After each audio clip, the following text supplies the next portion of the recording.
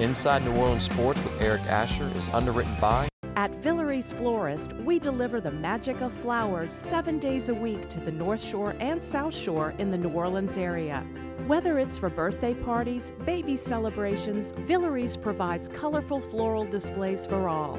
With a store full of fresh-cut flowers, exotic tropical flowers, orchids, roses, and even fruit baskets, our goal is to make your vision a reality. Villeries Florist, proudly serving Louisiana since 1969.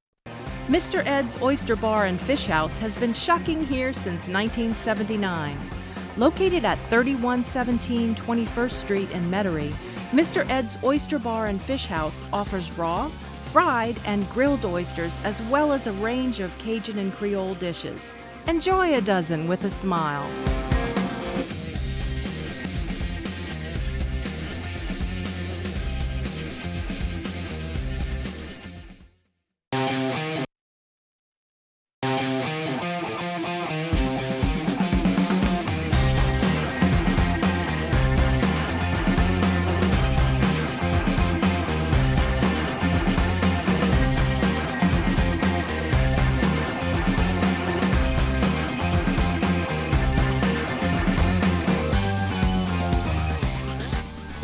Good evening and welcome to another edition of Inside New Orleans Sports. I'm your host, Eric Asher. We're live from our Pontchartrain production studios. We're taping tonight's show. As you can see, the beautiful backdrop of the city of New Orleans. Hope you enjoy that. And of course, as we get back to daylight savings time, we'll open up the studio and let you see the skyline as well. Tonight, we have a great guest list for you, as always, on this program.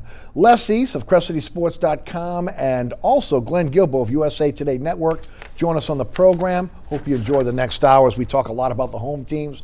Saints, LSU, Tulane. We will not talk Pelicans tonight. First of all, they don't need to be talked about, considering where they are right now. As of the taping of this program, losing 9 straight. But we'll get into that on another time and a little bit more in depth. But tonight, again, LSU, Tulane, and Saints will be on tap. Gentlemen, welcome back to the show. Thanks so much for being with us. Les, one of my go-to guys on radio and TV, always with us here. Again, thanks for being with us. Tell us about what you guys are doing, all the publications you're working for. Well, thanks, Eric. First of all, I had voluminous notes on the Pelicans, so you kind of threw me a curveball there. No Pelicans. There you go. We'll have to bring it back in a couple weeks then. Maybe we can do a whole hour on the Pelicans. There goes the ratings on that one. Maybe not. In the meantime, I'm, of course, writing for CrescentCitySports.com. I'm writing about LSU for SaturdayDownSouth.com. Also writing for the Daily Iberian in New Iberia, mostly about the Saints and occasionally the Pelicans, and staying busy with all of that. Thank you for joining us. And Glenn joins me weekly on the radio show, but he lives in Baton Rouge. So again, when he comes in and covers the Saints like he did today, he'll usually give us a little bit of his time. We don't hold it against him that he's a Rommel Raider. Glenn Gilbo in the house. Yes, we do. Yes, we do. Glenn, how you doing? Good. Tell us about USA Today Network and, of course, formerly Gannett News. How folks can find you and all your great writers. By the way, been knocking out the park lately. Oh, thank you. Appreciate it. LSU Beat Tweet on Twitter and Facebook, theadvertiser.com, usatoday.com. Just been real busy with the football team. Yes. I mean, it's just amazing how fun that season has been. But I'm used to kind of being done this time of year, and it's just a little calm before the storm. It's going to be right on through January 13th. I'm going to be spending Christmas in Atlanta, and my wife's coming, and it's the first time we're not going to her parents. I mean, this is how the other half lives. LSU's in this playoff for the first time since it started in 2014. So, and then it all ends up right here on January 13th if they win, man. It's going to be great. Well, let me say this. Again, better Atlanta than Phoenix, right? Or maybe not. Well, Phoenix was great last year for the Fiesta Bowl, and LSU enjoyed that. But I think Coach O wanted to play in Atlanta because, they're used to it. They just played there. Yes. They played there a bunch. And the fans, it is a little easier trip to get to Atlanta. Maybe some of the fans will just stay there from last Saturday. Yeah, maybe so. No, really, not out their own possibility. Although I don't know if you can stay in Atlanta for that long, to be honest with you. That's for sure. Guys, let's start with LSU. We'll get into the game in the SEC Championship in a moment. We'll get into the college football playoff rankings because I want to get into that. But the two big stories over the last few days have been the future of Dave Aranda and the future of Joe Brady. Multiple reports on Tuesday had Dave Aranda in talks with the University of Nevada, Las Vegas to take over their football program. Supposedly there's about $500,000 to $1 million that have been put into the facilities at UNLV to upgrade those facilities to among the top in I guess it would be no longer Division I, but the college football CFB, right? And then, of course, they'll be moving into the Raiders Stadium when that opens. That's where they'll be playing their games. So some big money maybe getting behind UNLV. And look, let's face it, Las Vegas is changing. They already have a hockey team. They're getting the Raiders. I can foresee a basketball team from the NBA being there because the Summer League has been there for years now. And eventually, depending on what happens within Major League Baseball, I can literally see a baseball team going into Las Vegas, down the line, and them being a four-sport city simply because of the number of people that visit there on a year-in, year-out basis. But with that said, from what we understand, there was somewhere around $800,000 to $1 million that was offered to Aranda. By late Tuesday, it was Aranda's no longer interested in the UNLV job, but they had some conversations. Colorado State was also mentioned with the Aranda situation. And guys, I'd like to take it from there because I think LSU, and I talked about this on the radio show as well, LSU is, again, overpaying these coordinators like they do, put themselves in a pretty good position because you're paying them in a lot of cases on what a group of five program would pay, or in some cases an FCS program would pay. They're not going to get to the $2.5 million range. Okay, so then you're looking at this is normally what a Power 5 team would pay, somewhere in the $2.5 million, $3 million range. And there are a lot of programs that just can't pay that type of money to a coach. When you look, we'll get into Brady in a moment, what he's going to be paid, maybe along the lines of what you'd see from an FCS or a group of five program for their head coach, but they're paying their coordinators like head coaches, and I think it's hard to walk away from that kind of money. If you're Dave Aranda, do you walk away from $2.5 million to become a head coach for $1.2 million? That's quite a pay cut. Right, and he wasn't going to do it. Now, for all the reasons you mentioned, UNLV is, in coaching circles, viewed as a program that's going to be much more attractive in the near future than it has been in the recent past. And there are some big-name coaches trying to rehabilitate themselves back to a big job who have expressed interest in that. So that's a better job than it might sound like initially, but the dollar numbers don't add up. And, Dave Aranda got to 2.5 in part because, one, because he's a great coach, and also in part because they didn't want him to go to Texas A&M.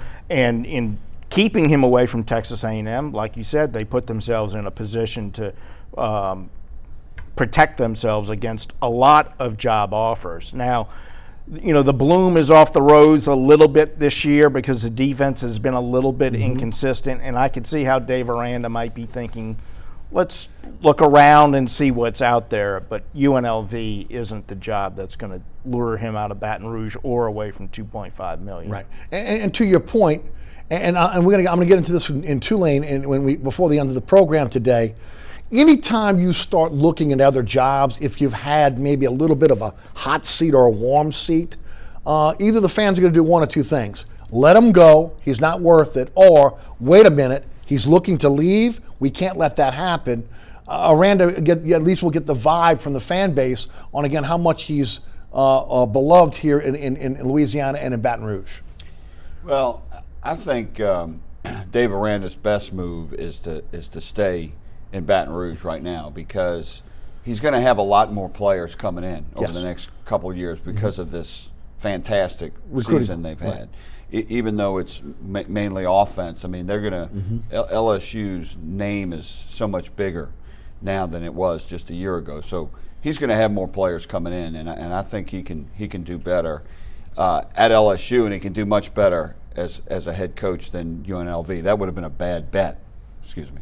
Oh, UNLV. there you go. UNLV, Las Vegas. You know, and if UNLV is going to be some hot school in a couple of years, well, then he'll go to a school like that in a couple of years, not now. Right. He can get a much better head coaching job now, maybe mid-major that could pay him about what he's making. He could get an assistant job somewhere else in college, making about what he's making if he wants to move, or he could go to the NFL. You know, Coach O didn't hire Aranda. Coach O's been a little critical of Aranda this year, but I don't think he's ready for Aranda to leave. You know, but he does have to get better because I think people, you know, he's in his 4th year. People start seeing him a lot, and he didn't have a good year. Right. You know, but he is getting good lately. I mean, his last 2 games, no doubt, have been very good, and he has tended to get better late in the season. So you might see him really return to where he was previously in these next 2 games. I mean, it's going to be difficult. Very good offenses, but and the two offenses he just played are not that good. But still, his defense has played a lot better than it did earlier in the season. To your point, and I mentioned it on the radio show earlier, he's got a top 3 recruiting class coming in. A lot of those recruits are defensive linemen, linebackers, in addition to the offensive players. You got to believe that if they continue on the current track they're in, those recruiting classes will be like that over the next few seasons. So there'll be even though again he's losing players, there's an influx of really good blue chippers that are coming in, and LSU's never been where they are right now. You know, and maybe since you got to go back to 2012 and before that, and talk about the type of cachet they have nationally. So if you leave a program like LSU that is again now a feeder system where they're starting to bring in the type of big linemen that they have talked about that they haven't been able to get, because we just don't produce those type of linemen here in Louisiana for the most part. It'll be interesting to see again what his decision is. But again, to me, the big thing also is the $2.5 million. I do agree that he's been on a little bit of a hot seat this year, maybe a little bit more criticized, and rightly so. But again, I think we'll get into this a little bit later, why this defense has come around over the last few weeks. And a lot of people think, again, it's because they've gotten healthy. But you've got a pipeline of players that are coming in now. Why leave now? Exactly. And you know, they don't have elite athletes on the defensive line, like you're saying. Right. They do at linebacker, and they have had them at linebacker and at DB. But I would like to see what he can do with some really elite level defensive linemen. And if they're going to get those, it's going to be in the next couple of years or now because of where the program's going. So I'd like to see him stay and see how he can do that. I don't think he's on the hot seat. He's been criticized for the first time. It's a little warm. warm. Not really on the hot seat. Not hot.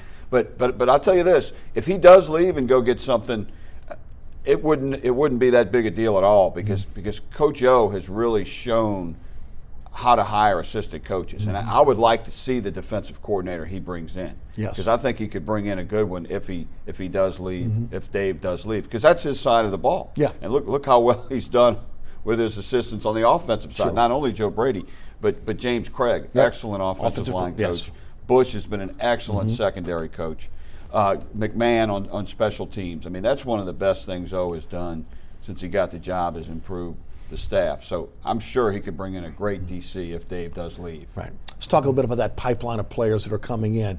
For Dave Aranda, you're looking at it going, wait a minute, it's Christmas time, and I've got all these top recruits coming in. I'll have more talent, at least at the outset, than I've had in a long time here at LSU. Yeah, and there are also some DBs who have committed there. I believe 3 safeties at this point. So they have talent throughout the defense. So, yeah, he's going to have more to work with. And a lot of the players on this defense are young.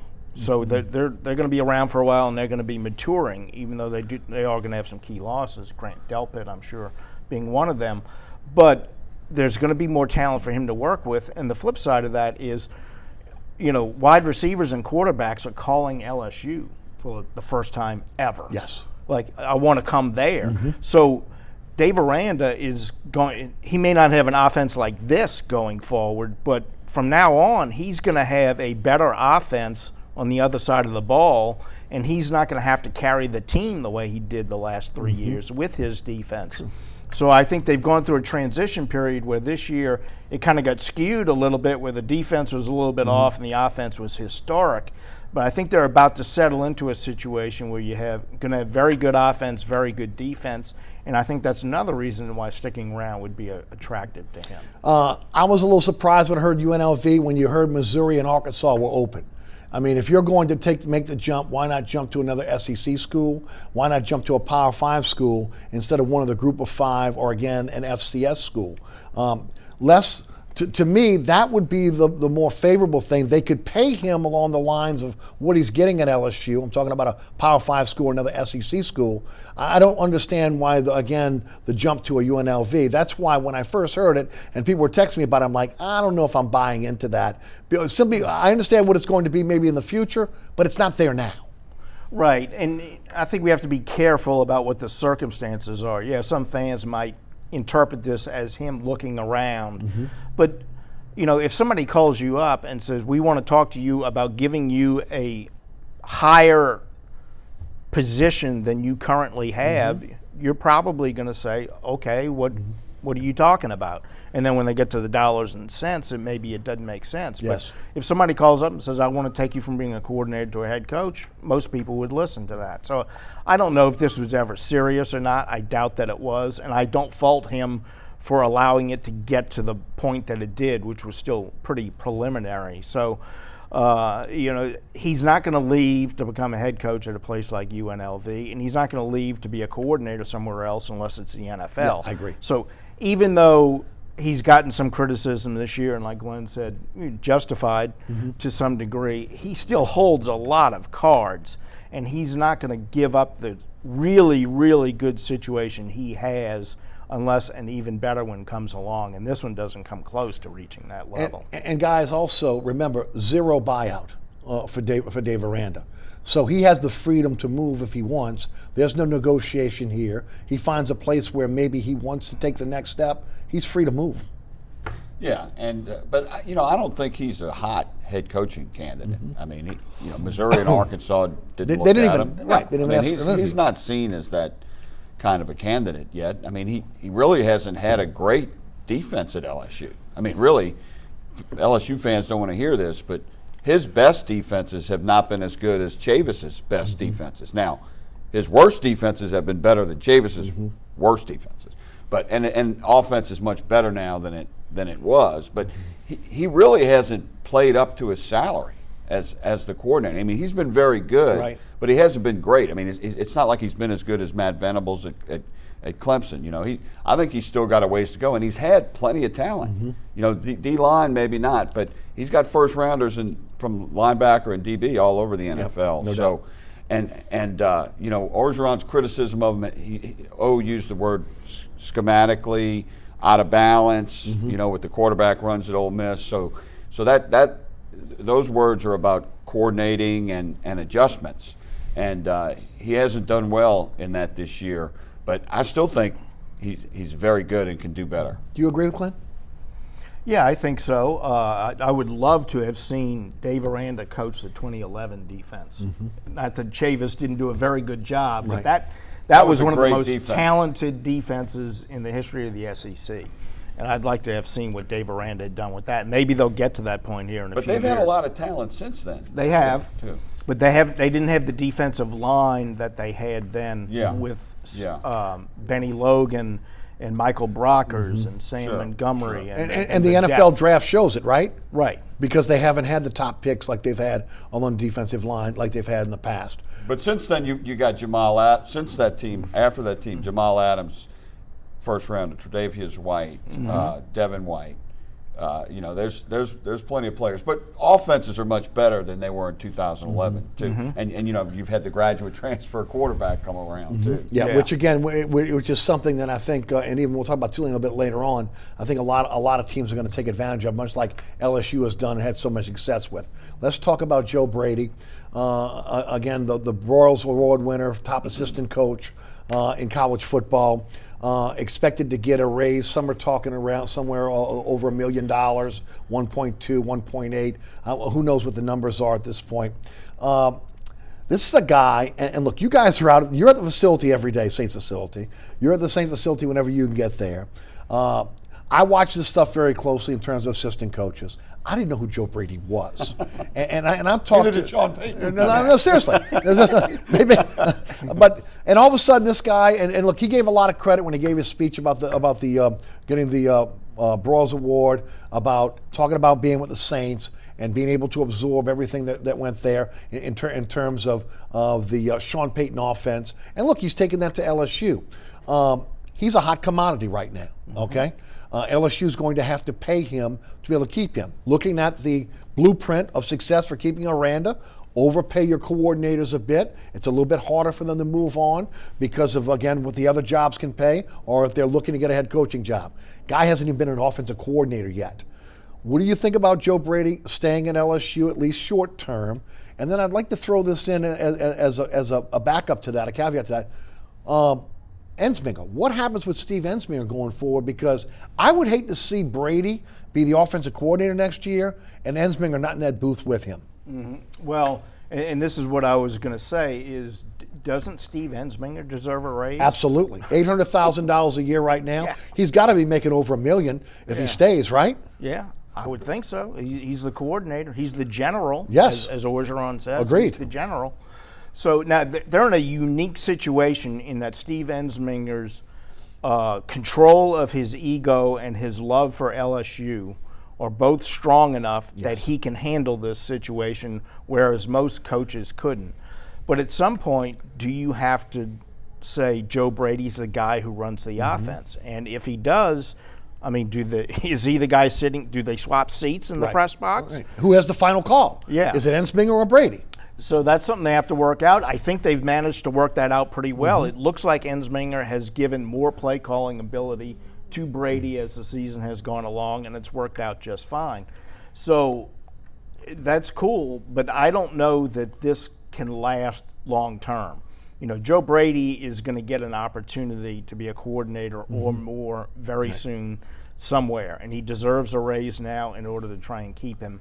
But I think that's all short term. I think it's smart for Joe Brady to take the money, stick around, prove next year that he can have success without Joe Burrow, because a lot of people are going to say, well, he had a once-in-a-lifetime quarterback. Sure. Well, which he did. And he did. Right.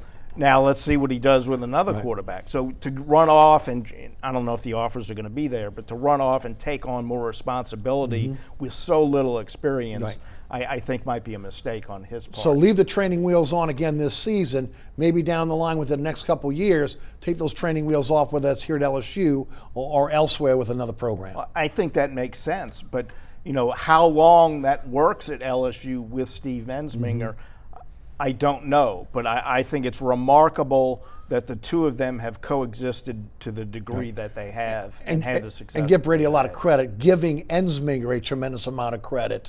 You know, when everybody's coming to him talking about him being the golden boy, have you ever heard of Steve Ensminger or coached with Ensminger? You're there every day. Talk a little bit about the Joe Brady situation. Well, I think LSU's trying to keep him for sure, but no matter what's been said now, it really doesn't matter, because if they win the national championship here and Burrow has the kind of finish we all think he is, somebody could go offer Brady the moon on January 14th or January 15th. So only then will we know for sure if he's not leaving, because he could get, I could see somebody at a mid-major trying to make him a head coach. You know, I could see somebody trying to do that. And I don't think it would be right for him, but I could see somebody trying to do it. I mean, you remember when the Raiders made Lane Kiffin the head coach? That was too quick for him. And I could see somebody trying to get him in the NFL, maybe. Cincinnati Bengals, making him offensive coordinator. Yeah, exactly. And you know, Brady doesn't have any ties to LSU. Right. He's from Florida. He played out at William and Mary. But I do think he's going to stay no matter what. I'm just saying it's not over yet. Some people are trying to tell you that it's over. It's not over. Well, according to Orgeron, they've been involved with trying to lock him up. There's no question about it. But you're not going to lock him up until it's all over. Right. And it's not over until after the championship game, because there's going to be some more offers, I think. Things don't really end in the coaching carousel until about mid-January, early February. Okay? And they could try all they want, and that's good, and that may help. But I don't think Brady's going to leave, because he's indebted to Coach O for bringing him away from a GA job, basically, which is basically with what he the was. Saints, right? Sure. And Ensminger giving him the the pass offense. And it's a great relationship. And I'll tell you a good story about how they play call plays from Jimmy Burrow. Joe's dad told me that early in the season, Ensminger was calling the plays. Brady would call a play, make a suggestion, and Ensminger would say yay or nay. Okay. Well, when he said yay, those plays started working a lot. So as the season went on, before Brady would call a play, Ensminger's kind of looking at him. What you got? You know, Right. So that's what it's happened. I mean, like he's done so well that Ensminger's kind of looking for him. So it's been a great combo, and I think you could keep that combo exactly how it is, Right. and still pay Brady more and not give him the title, or you could give him the title. I mean, it really doesn't matter. Co-offensive coordinator. Yeah, or you could make Brady the offensive coordinator and make Ensminger the wide receiver coach or the quarterback coach, because really that's all he wanted. Or assistant head coach. Assistant head coach. Yeah. But he's, but all he ever wanted, he didn't want to be coordinator. He did it to help O when O Right. was the interim coach, and then he did it again to help O when the Canada thing didn't work. So I think he'd be fine going back to but who cares what the title is if you get more money? Right. So they both are going to get a lot more money. I would agree with that. Guys, okay, none of us knew who Joe Brady was. He was with the Saints. I don't think it's out the realm of possibility to go in and grab another Saints assistant, if necessary, off that offensive staff to bring him in to keep this offense going. I mean, there's no doubt he understood the concepts, everybody about the playbook. But, I mean, again, Joe Brady's done a great job, and I'm not pushing him out the door. But if he was to leave, they're 90 miles downriver, okay? Sure. I mean, why not tap into someone else to keep this going? Well, look at Coach Carmichael. What's he must Right. be thinking? Here he is. He's been under Peyton all this time, Right. and now Brady, who he might not have even known that well either, Probably not. is this superstar. So maybe Carmichael might like to want to go that college level, see if he could do it, or the NFL level. But yeah, I think that's an excellent point. I mean, they have done super with the assistants. Bill Johnson, the D-line coach, McMahon. A lot of special ex-Saint teams coaches coach. there now. It makes sense. Right. Your thoughts? Oh, I think so. Obviously, O has good relationships with Sean Payton and the people on his staff, and Sean Payton has assembled some outstanding staffs over his Yes, tenure. no doubt. Coach O just recommended a new butcher for Sean. Yeah. And he'll need one. Yes, and that will come in very handy. Naturally, that's where you want to look first, and also, there's such a pipeline in the NFL Right. that even if there isn't someone like Joe Brady to go to down the road at some point, those contacts in the NFL certainly can help him identify a similar prospect somewhere else. And of course, there are a lot of people in college football. O's been around college football a lot Right. longer than he was in the NFL. And so there are certainly going to be options in the, college football if he needs to look around to make any replacements on his staff. And give a lot of credit to Joe Brady for absorbing that offense, right? I mean, come on. Nobody knew who he was. Obviously, he's working there, and we can see it. I mean, look, all three of us have seen the Saints offense for years and years and years under Peyton. You can literally sit there and watch the LSU offense and go, that's a Saints play. That's a Saints play. I know that play. Now, again, it helps when you have a Joe Burrow who, again, is not Drew Brees, but emulates Drew Brees. They're running it. It'll be a big difference next year when we see a Miles Brennan or someone else running it and how effective they can be as well. Sure. And this is a funny story Drew Brees told. I think it was the Florida game that was on TV, and this is when Drew was out, and he was living practically in the training room, Yes. rehabbing his thumb, and he was there with one of the assistant trainers or whatever, and he's watching the game, and he would, watch them motion and say, okay, they're going to run this, and they'd be texting Joe Brady. Wow, that looks familiar. Yeah, That looks familiar. that was a Yeah. good call, and Yeah. I remember when we ran that against so-and-so. So, the familiarity with the offense shows up, and the similarities between what the Saints run and what LSU runs. Yeah, that's going to be the real test, is how Miles Brennan or whoever the quarterback Yes. is next year. We have no idea. idea who the quarterback is And then- next year. How are they able to run it? There's going to be a drop-off next year, Yeah. okay? The next quarterback's not going to be putting up 46 points a game and, completing 78%.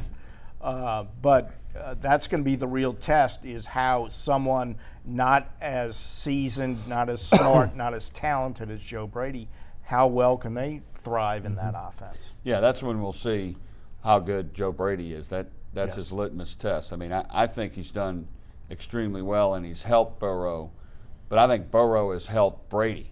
You know, because if you look at late last season, Burrow had terrific games against Texas A&M and against Central Florida before they brought in Brady. So I think he would have done really well without Brady this season, but not the numbers he has right now. I think it's about 60-40. But boy, in a perfect world, the Saints would win the Super Bowl this year, Drew Brees would retire, and somehow they could get Joe Burrow. You know, because I mean, he's already knows the offense. It's like these high schools that run the feeder school. You know, I mean, he's already got the offense. It'd be a perfect mesh, but you know, it's not going to happen. It's not going to happen for a lot of reasons, and one of them is, again, the lack of draft stock. And, you know, again, you're not going to make a Mike Ditka deal. You'd love to, but even this team right now, as good as it is, there are some needs within the draft for the Saints. It would be wonderful. I just don't see it happening, right, Burrow? No, there's no way it can happen. The Saints can't put together the package that it would take to get him, and why would somebody else trade him, like the Bengals, if they especially wind up the with Bengals. Number one pick? They got a chance to bring in this kid from Ohio and breathe some life into a moribund franchise. No doubt. Why would they give up that opportunity for other draft choices? I agree. Guys, and Brees is not ready to leave, even if he wins the Super Bowl. I would agree with that. Still, obviously, still very I think good. at least one season more, maybe two. Yeah, we've been saying that for 5 years. Right, there's no doubt, no doubt. Guys, last word, because we have to take a break to hear from our underwriters. Brady and Aranda, are they here for next year's season when they kick it off? Yes, definitely. Glenn Gilbo, USA Today Network, also Les East of CrescentCitySports.com. I'm your host, Eric Asher. You're watching Inside New Orleans Sports. We'll be right back after these messages from our fantastic underwriters. Burkhart's Air Conditioning, Heating, and Refrigeration has been family-owned and operated since 1989. Burkhart has energy-efficient solutions and offers brands such as Mitsubishi ductless AC units and Amana, the only manufacturer with a lifetime unit replacement warranty. Burkhart's offers maintenance bundle packages that include servicing your AC, generator, and tankless water heater. For more information on the services Burkhart's provides, visit acpromise.com. Burkhart's Air Conditioning, Heating, and Refrigeration, providing comfort for life.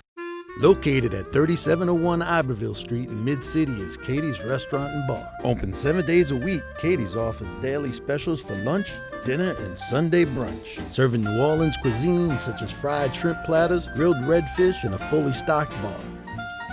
And don't forget about our expanded event seating and local entertainment. Featured on the Best of Food Network's diners, drive-ins, and dives, Katie's Restaurant and Bar.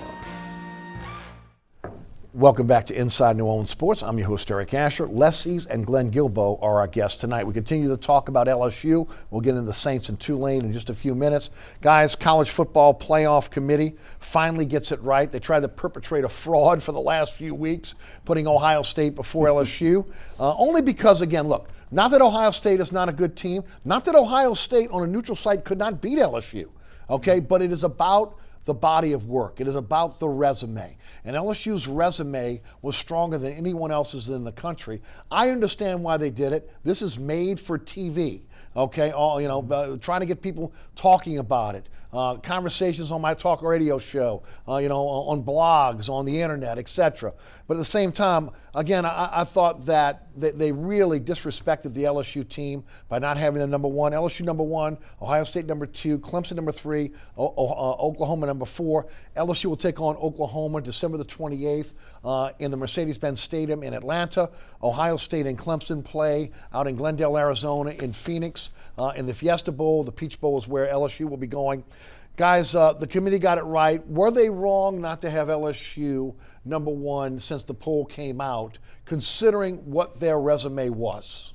Oh, I don't know. I never thought it was a big deal because the only one that means anything is the last one. Everything else is a snapshot of where they feel on that particular Tuesday night. It doesn't matter. They got it right in the end. Yes. That's all that matters.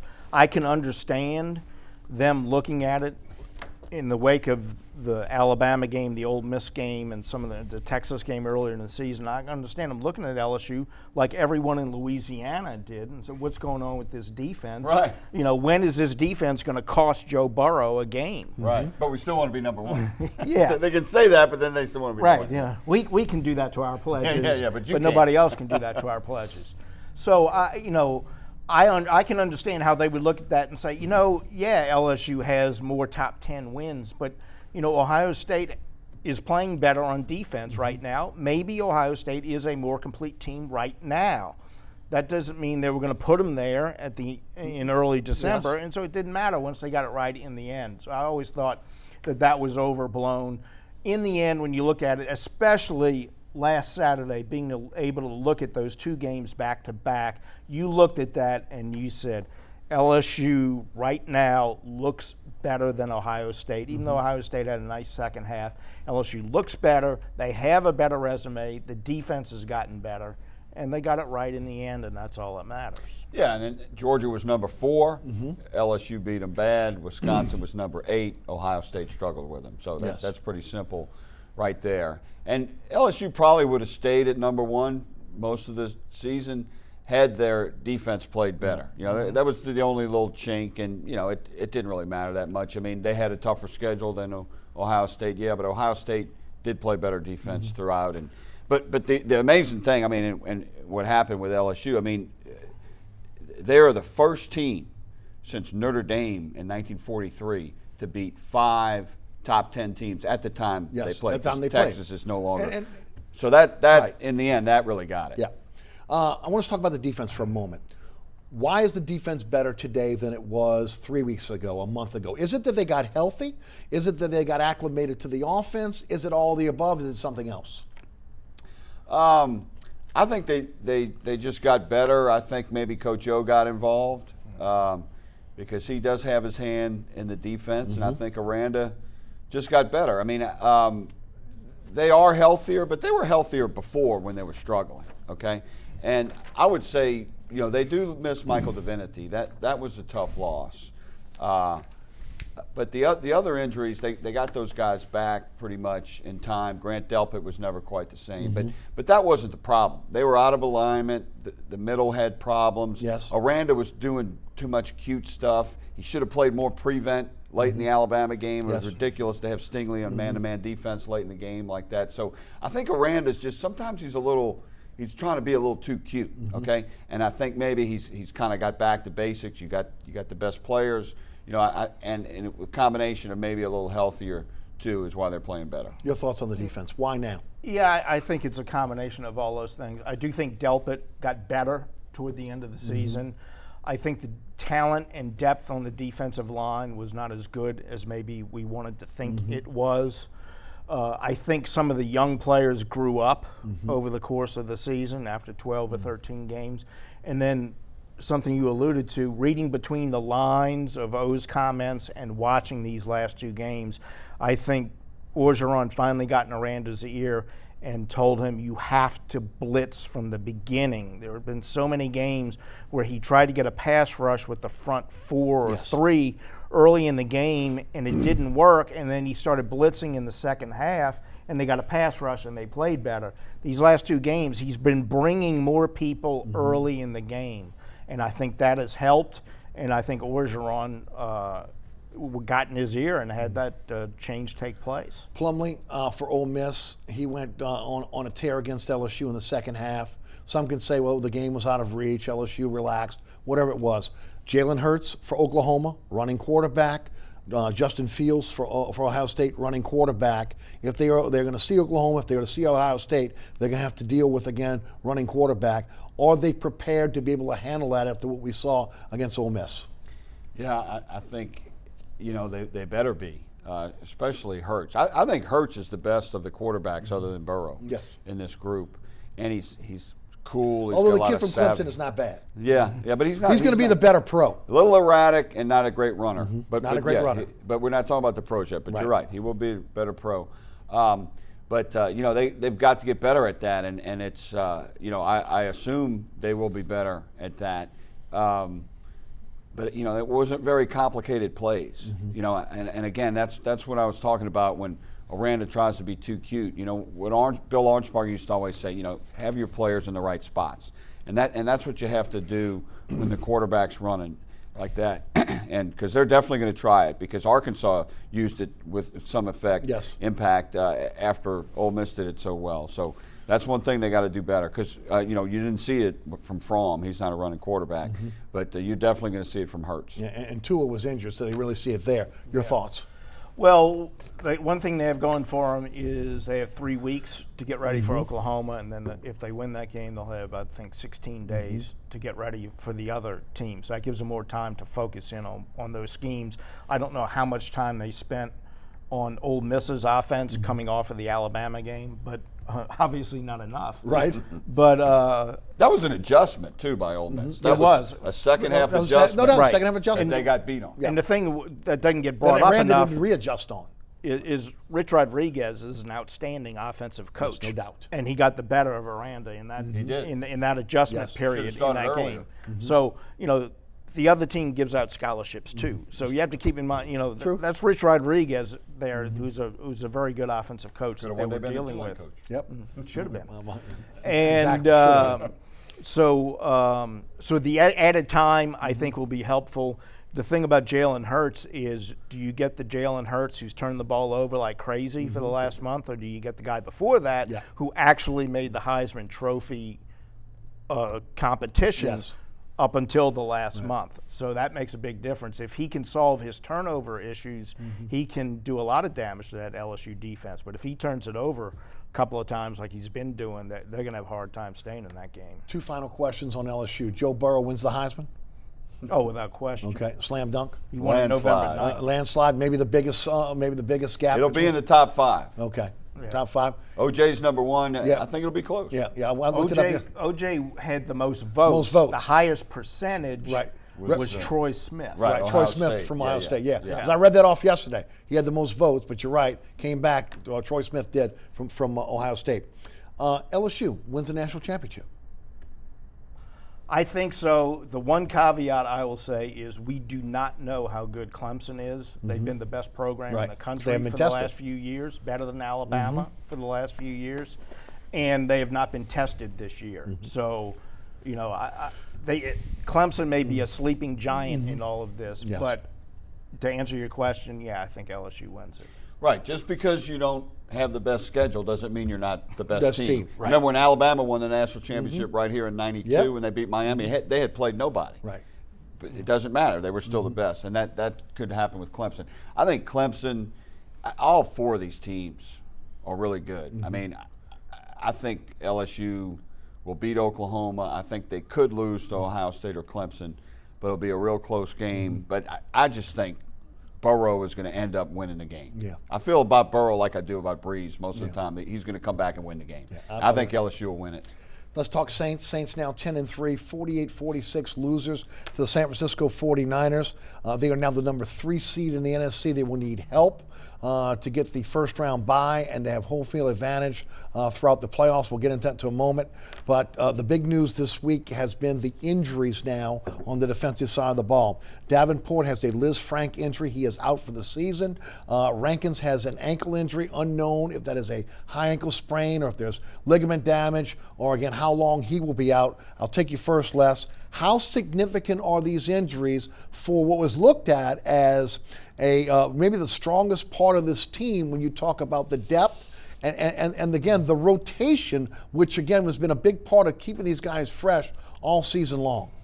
Yeah, well, that's potentially very significant. We don't know about Rankins, if he's back and healthy in the playoffs. I'm not overly concerned about these next 3 weeks, but if he's there and effective for the playoffs, that makes a big difference. If he's not, then that's a problem, especially with Davenport being out.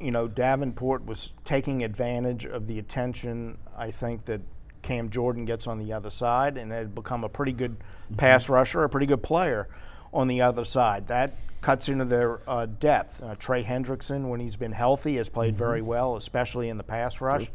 So I think they can mitigate that to some degree initially, but like you said, the rotation is not going to be as deep as it was, and that becomes an even bigger premium during the playoffs and when games get more physical at the line of scrimmage. And so I think it's going to hurt them. And, of course, they were missing the 2 linebackers last week. Those are probably short-term injuries, if they can get them back, they can probably withstand this. But the loss of depth on the defensive line is an issue, but to me right now a bigger issue is the poor play of the secondary.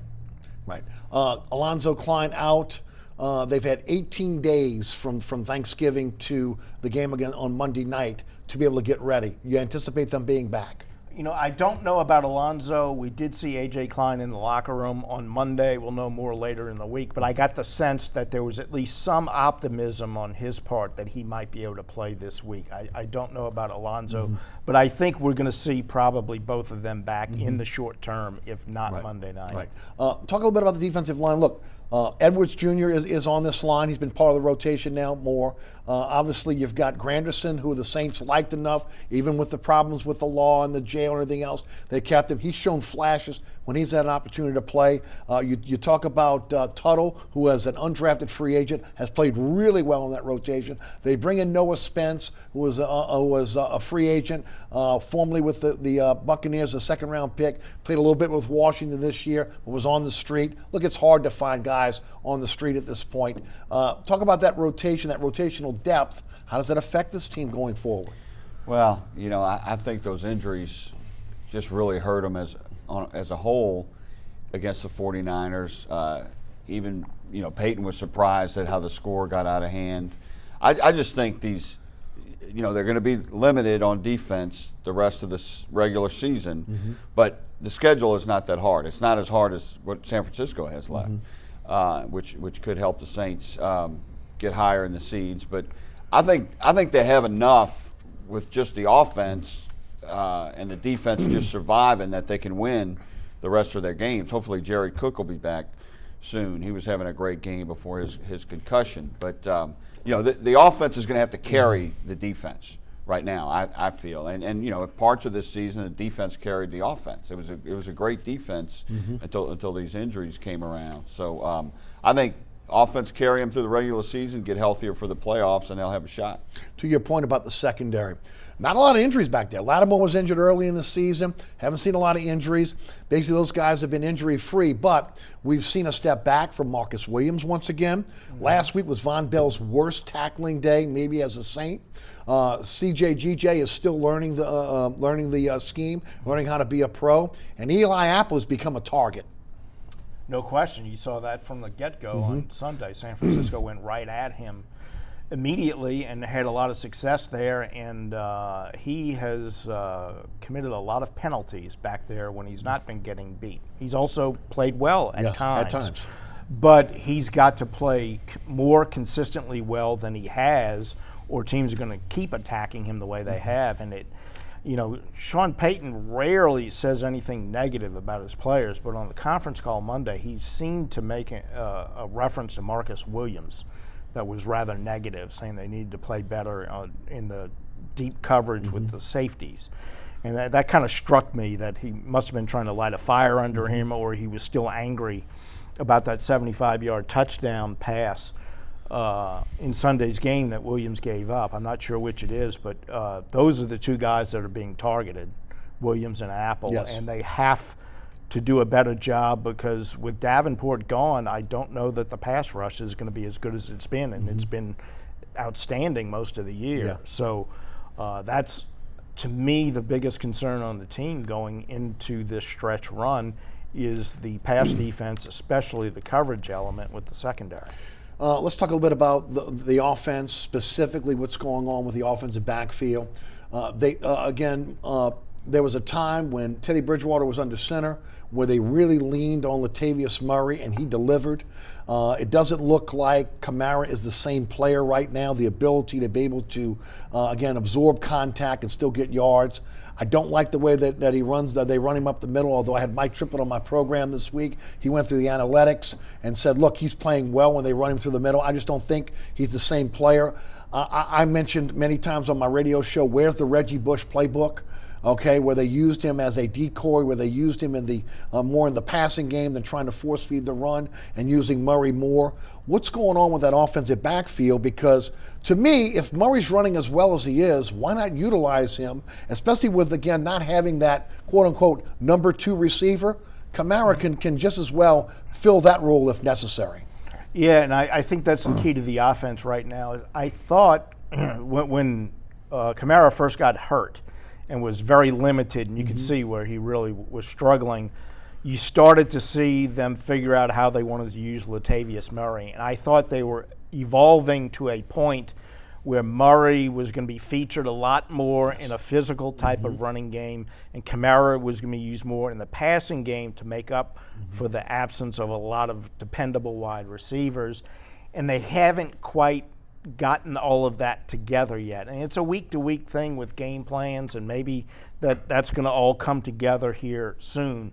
But I think that's where it needs to get to, is where Murray is the featured runner. Kamara is used more in the passing game. I think Taysom Hill is a key player in circumstances, and you saw that on Sunday. Peyton can't get too enamored with him and get too creative and too cute with him. But I think all of those pieces are kind of tricky to fit together. But I'm pretty sure Sean Payton's the guy who can figure out how to do it. And I think as we watch that evolve down the stretch, the offense is going to be interesting to watch, because I think they have the pieces there. He just hadn't put them all together just right yet. Same question. It sounds like what you think they ought to be shooting for is what they had when they had Ingram. You know, Yes. Maybe they should have kept Ingram. Right. Okay. Well, that was Ingram's decision, though. Yeah. Okay. Okay. That was Ingram. Ingram could have come back here when your head coach calls you, when he texts you, when he Instagrams you, when he does everything but take a plane to where you are to try to get you to call him back because we want you back, and you decide you're going to listen to your agent and not accept the calls. Well, again, that's on him. Yeah. And look, he's the feature back at Baltimore, and he's doing very, very well. Right. But yes, I agree with you. That's exactly what I think he's saying. They need to start being a more physical running team. And because to me, Kamara doesn't look 100%. I don't agree. He I looks don't a think he little is, no. off. No, you I know? agree with you. But I am enthused about Breeze. I mean, he had a great game, and monster game. he's getting better, and just like I said, if you were listening, I'm not sure you were, but I said when Breeze was hurt, you know, when he came back, he would just be getting good, or just be getting at his best late in the season. Yes. Whereas last year he tailed off a little bit at the end of the season. Yeah, looked a little tired. So he could really be at his best as they get into the playoffs and beyond. And to your point, Cook is a big part of this as well. No question. I think the game plan was going to evolve around Cook against San Francisco. Ultimately, he goes out. In all respect to Peyton, again, having to change on the fly once again like that. It reminded me, and I mentioned these guys earlier, to Pierre Thomas getting the concussion in the divisional playoff against the 49ers. Okay, now what do we do? Yeah. And they did a great job of reacting. First, that San Francisco game out there, they got so far behind, and they came back, and they probably would have won it if Greg Williams had stopped blitzing at the end. And then on Sunday, who's the next guy up? Josh Hill catches a touchdown pass on the third possession. Traquan Smith takes some snaps in that position. He catches the go-ahead touchdown pass in the last minute. So I think Peyton did a great job of reacting to the loss of Cook, who was a central figure in the game plan. Yeah, those two games were so similar. The 11 playoff game and this game, and each they lost two key players to concussions. Yes. Man, is there a theme there? Yeah. I watched those 49ers. And look, you were saying it before the show. How great of a game was that? Oh, God. Okay, 48-46. If anything, I think it tells the Saints that if we got to go to Santa Clara, we can beat these guys. Yeah. Okay. Yeah. All right. Based on what we've seen, what would happen here, losing the players that we lost during the game, and of course, you got to go back, and I'd be remiss if I did not ask you about the two most controversial plays in the game. The 2-point, going for the 2 points early, chasing those 2 points all throughout the game. I've Like said Hazlitt used to, you yeah, remember? all the time. Okay. The other part of that is, again, for me, for the audience, I have no problem with the 2-point play. I have a problem with the play that was called in trying to get Taysom Hill to try to beat someone to the corner. Again, he's a guy that is a physical runner, north-south. Don't run him east-west. Your thoughts on the 2-point conversion? Yeah, I agree with you. I have no problem with him going for it. First of all, I do think his anger was a factor in there. He saw the cheap shot on Jared Cook, and he said, I'm going to make you pay for this. You're going to give me an extra point because you knocked my guy out with a cheap shot. But I still don't have a problem with it, even though I think that his anger was a factor in there, because they just had the ball twice. They marched down the field for a touchdown. All they got to do is get a yard. It's the play call, because the penalty moves you closer to the goal line. All you need is a yard. So why aren't you going between the tackles or play action. right. Why are you going wide, which is really a strength no of that sense. defense? And he went wide to the short side of the field, didn't he? Yeah. Yeah, that so, never worked. So the It seems play like it call, never worked. you can criticize the play call a lot of different ways. I Now, don't he claims have the a problem. safety was misaligned for the San Francisco 49ers, and that's why that player was there. Maybe it is, maybe it isn't. You still don't run heel wide, in my opinion. You got to be able to go north-south there. Glenn, your thoughts on two-point conversion? Well, I don't. His offense was great. Offense didn't lose the game. The defense lost the game. They could have stopped him at the end, so I'm not going to criticize him for that. I thought the fake punt Take it from was there. was Take a the fake worse punt. call. I mean, I think a penalty should have been called. I understand the rule, but it should never be okay to hold somebody, whether it's a pass or a fake. You know, that's just a ridiculous rule. But you know, it was 4th and 18. Yes, it was. That's just too much of a risk. You can punt there. So you know, he had some rough calls there, but I think overall he did a great job adjusting after losing his tight end and players injured all over the field. Right. I criticize him for, again, the call on the two-point conversion, going for that fake punt. I think that Shanahan outcoached Dennis Allen on the defensive side. What are your thoughts on that fake punt? Well, I didn't think it was a great call. The play design, I understand the rule. I mean, you have a guy on the outside. His job is to hold up the guy going down the field. So you can't say, well, you can't hold him because behind you they were running a fake play that you knew nothing about. But at the moment, it's no longer a punt and it's a pass. Then that should change in the official. Yeah, but it doesn't. Right. It I doesn't, know, but according to the rules. It should. You could have run a fake in the middle of the field. Right. This happened earlier in the year in an Arizona game. Right, where the slot guy gets, and then it is interference if you. Right. But, Right, and if you're running a fake pass to the guy who the defender's covering, whether it's a fake or not, you don't have much of a chance. Right. That's the whole point. Is you're trying to gain 18 yards by throwing a pass against a guy who is allowed to interfere. Yeah, and that's only the having, problem. only having really one person in the pattern, because I went back and looked at the play again, and Morstead is the other receiver. The linebacker looks at Morstead, just ignores him and turns, and of course that's where they throw the ball downfield. You're basically asking the official to give you a holding penalty, and based on what we've seen from the Saints and officiating over the last couple of years, that's a long shot at best. Yeah, they're probably the last team in the NFL that should be counting No on doubt. the officials giving them No the benefit doubt. of Can the you hear the doubt. coaches talking on the phone? Well, you Right. think they'll give it to them? Yeah, right. Well, you remember the Rams game?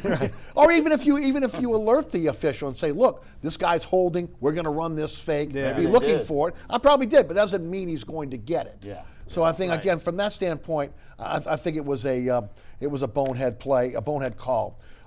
Guys, we only got about 15 or so seconds left. Saints obviously make the playoffs. Does Saints get a first-round bye? No, I don't think they'll get a first-round bye because I don't think San Francisco is going to lose twice, and I don't think Green Bay is going to lose. Okay. First-round bye.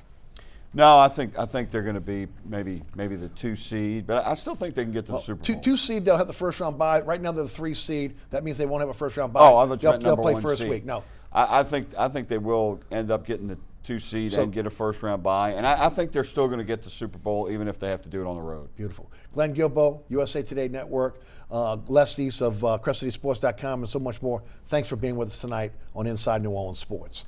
Thank you. Thanks so much for tuning in. Remember, there's a rebroadcast of this program each and every Friday night right here on WLAE at 10 o'clock. Also 9 o'clock on Pelican Sports Television. You can always catch us everywhere, whether it's on YouTube or, again, at ericasher.com. You can catch me on the radio, Sports 1280, 101.1 FM HD2, and the iHeart Radio app. That is Monday through Friday from noon until 2. Also, you can listen live, download the podcast at ericasher.com. Also, all the previous episodes I mentioned of this program at ericasher.com as well. Special thanks to our guests tonight, Glenn Gilbo and Les East. Also to our fantastic underwriters who support this program, and to the WLE production staff, including Ron Yeager, Jim Dotson, Naila Jones, Alex Chacon, and my director, William Hill. Thanks so much for tuning in. We'll see you next week for another edition of Inside New Orleans Sports.